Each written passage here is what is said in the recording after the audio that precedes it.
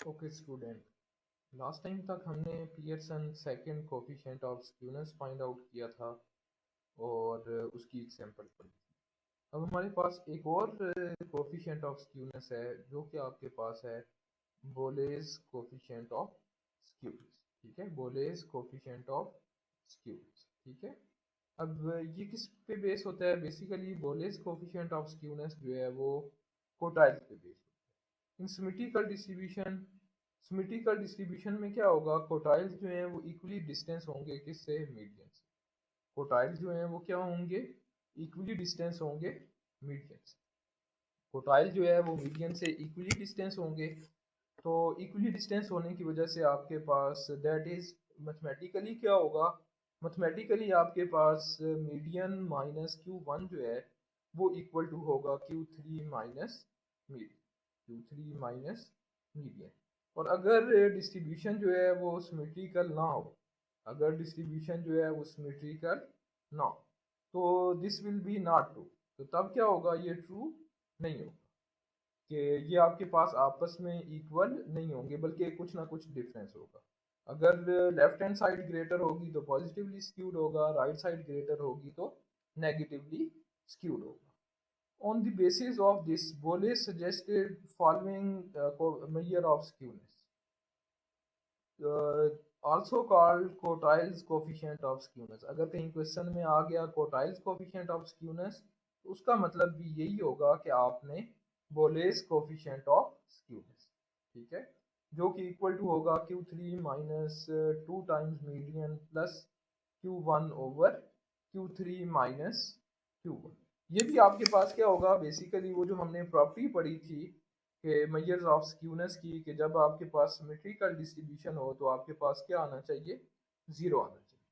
तो symmetrical distribution के लिए आपके पास ये भी आपके पास क्या होगा? ज़ीरो आएगा। ठीक है, तो ये जो आपके पास मेजर्स ऑफ स्क्यूनेस की प्रॉपर्टीज़ हैं वो आपके पास सेटिस्फाई। अब इसमें क्या होगा? Q1 जो है वो आपके पास इक्वल टू होगा L plus H over F into summation F over 4 minus C. Q3 जो है वो हम पढ़ चुके हैं कि हमारे पास इक्वल टू होगा L plus H over F 3 summation F over 4 minus C. और मीडियन हमारे पास है L plus H by F summation F over 2 minus C. अब ये जो हमारे पास दिस मेजर ऑलवेज ज़ीरो होगा, जैसे पहले बताया है कि हमारे पास क्या होगा? हमेशा जो है वो ज़ीरो होगा। कब? जब डिस्ट्रीब्यूशन जो है वो सिमेट्रिकल होगी। जब डिस्ट्रीब्यूशन जो है वो क्या होगी? सिमेट्रिकल होगी। और अगर आपके पास डिस्ट्रीब्यूशन जो है वो पॉजिटिवली स्क्यूड हो तो आपके पास क्या हो जाएगा? आपके पास डिस्ट्रीब्यूशन अगर पॉजिटिवली स्क्यूड होगी तो आपके पास आंसर जो है वो पॉजिटिव आ जाएगा। और सिमिलरली अगर नेगेटिव आंसर आता है इस मेजर ऑफ स्क्यूनेस का, तो डिस्ट्रीब्यूशन जो है वो आपके पास क्या हो जाएगी? नेगेटिवली स्क्यूड हो जाएगी। और इसी तरह इसकी जो रेंज होती है, ये रेंज आपने याद रखनी है। इसकी रेंज जो है वो -1 to 1। रेंज जो है वो आपके पास क्या होती है? -1 to 1। ठीक है, तो रेंज आपने याद रखनी है इसकी -1 to, तो इसकी रेंज जो है वो क्या होगी? -1 एंड 1। तो क्या होगा? बेसिकली बोलेस कोफिशिएंट ऑफ स्क्यूनेस क्या था? बोलेस कोफिशिएंट ऑफ स्क्यूनेस जो है वो हमारे पास बेस करता था कोटाइल्स। क्योंकि कोटाइल्स में ये होता है कि जब आपके पास सिमेट्रिकल डिस्ट्रीब्यूशन हो तो आपके पास मीडियन और आपके पास Q1 का डिफरेंस और Q3 और मीडियन का डिफरेंस दोनों जो है वो इक्वल होते हैं। तो इस बेसिस पे बोलेज ने सजेस्ट किया था मेजर ऑफ स्क्यूनेस, जो कि आपके पास इक्वल टू था Q3 minus 2 times median plus Q1 over Q3। ठीक है, तो ये आपने फार्मूला याद रखना है। क्या फार्मूला होगा? Q3 minus 2 times median plus Q1 over Q3 minus Q1। तो ये आपके पास बोलेस कोफिशिएंट ऑफ स्क्यूनेस था। ये भी उसी तरह आपके पास क्या था कि आपके पास ज़ीरो होगा फॉर सिमेट्रिकल डिस्ट्रीब्यूशन के लिए, ज़ीरो होगा किसके लिए? सिमेट्रिकल डिस्ट्रीब्यूशन के लिए। ठीक है, सिमेट्रिकल डिस्ट्रीब्यूशन अगर इसका आंसर ज़ीरो आ जाता है तो इसका मतलब हम लेंगे कि हमारे पास डिस्ट्रीब्यूशन जो है वो आपके पास क्या है? सिमेट्रिकल है। और अगर पॉजिटिव आंसर आ जाता है तो इसका मतलब क्या है कि हमारे पास डिस्ट्रीब्यूशन जो है वो पॉजिटिवली स्क्यूड है।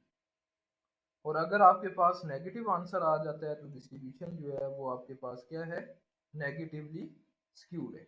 और इसकी रेंज जो है वो आपके पास -1 to 1, इसकी रेंज जो है वो क्या होगी, बिटवीन -1 एंड 1। हमने पियर्सन में पढ़ा था कि पियर्सन की रेंज जो है वो आपके पास बिटवीन -3 एंड 3 है, जबकि आपके पास बोलेस की रेंज क्या है, आपके पास -1 एंड 1। तो ये आपके पास था बोलेस कोफिशिएंट ऑफ स्क्यूनेस। अब हम चलते हैं जी इसकी एग्जांपल की तरफ। तो find the Bowley's coefficient of skewness. एक डाटा आपको गिवन है, एक डिस्ट्रीब्यूशन गिवन है और क्लासेस गिवन है, और आपके पास क्या गिवन है, फ्रीक्वेंसीज गिवन है।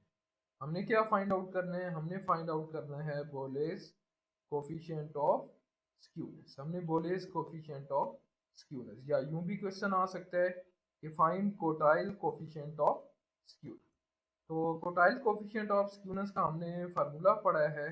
फार्मूला हमने पढ़ा है जी कि हमारे पास Bowley's coefficient of skewness equal to होता है Q3 minus 2 times median plus Q1 over Q3 minus Q। तो सबसे पहला काम हमने क्या करना है, ये हमने वैल्यूज फाइंड आउट करनी है, Q3 की, Q मीडियन की एंड Q1 की। इसके लिए हमने क्लास बाउंड्रीज बनानी है। सबसे पहले क्या करना है, हमने क्लास बाउंड्रीज।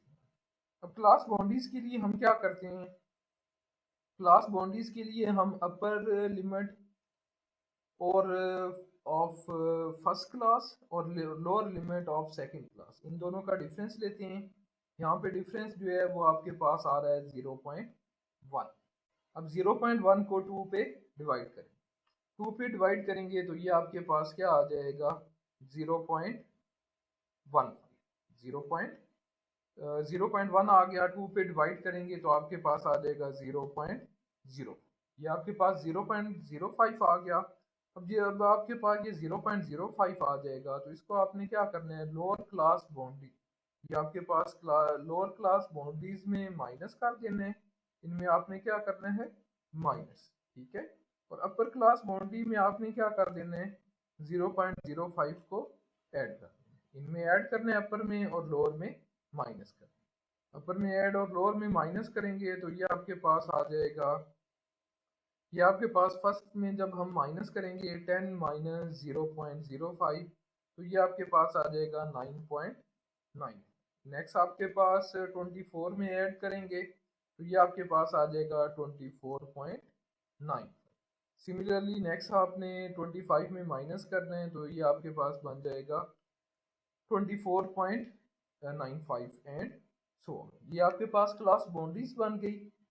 नेक्स्ट हमने कम्युलेटिव फ्रीक्वेंसी फाइंड आउट करनी है। नेक्स्ट हमने क्या फाइंड आउट करना है, कम्युलेटिव फ्रीक्वेंसी। अब कम्युलेटिव फ्रीक्वेंसी कैसे फाइंड आउट करनी है, कम्युलेटिव फ्रीक्वेंसी फाइंड आउट करने के लिए first frequency as it is और नेक्स्ट फ्रीक्वेंसी जो है उसमें ऐड करना है। फर्स्ट फ्रीक्वेंसी 16 है, 16 as it is, next frequency इसमें 68 ऐड कर देंगे, ये आपके पास 84 आ जाएगा। नेक्स्ट हमने 204 ऐड करने, तो ये आपके पास आ जाएगा 288 एंड सो ऑन। तो ये आपके पास क्या बन जाएगी, कम्युलेटिव फ्रीक्वेंसी। क्लास बाउंड्रीज कैसे बनानी है, क्लास बाउंड्रीज के लिए आपने अपर और लोअर का डिफरेंस लेना है, जो भी डिफरेंस आएगा उसको 2 पे डिवाइड करना है। 2 पे डिवाइड करने के बाद आपके पास जो भी आंसर आएगा उसको अपर में ऐड करना है और लोअर लिमिट में माइनस करना है। लोअर लिमिट में माइनस करने के बाद आपके पास क्लास बाउंड्रीज बन जाएंगी। क्लास बाउंड्रीज बनाने के बाद आपने कम्युलेटिव फ्रीक्वेंसी, अब कम्युलेटिव फ्रीक्वेंसी कैसे फाइंड आउट करेंगे, first frequency as it is और उसमें नेक्स्ट फ्रीक्वेंसी जो है वो ऐड करते जाना है, तो ये आपके पास क्या बन जाएंगी, कम्युलेटिव फ्रीक्वेंसी बन जाएंगी, ठीक है। तो ये आपके पास कम्युलेटिव फ्रीक्वेंसीज बन गई। बाकी कैलकुलेशन नेक्स्ट वीडियो में करेंगे।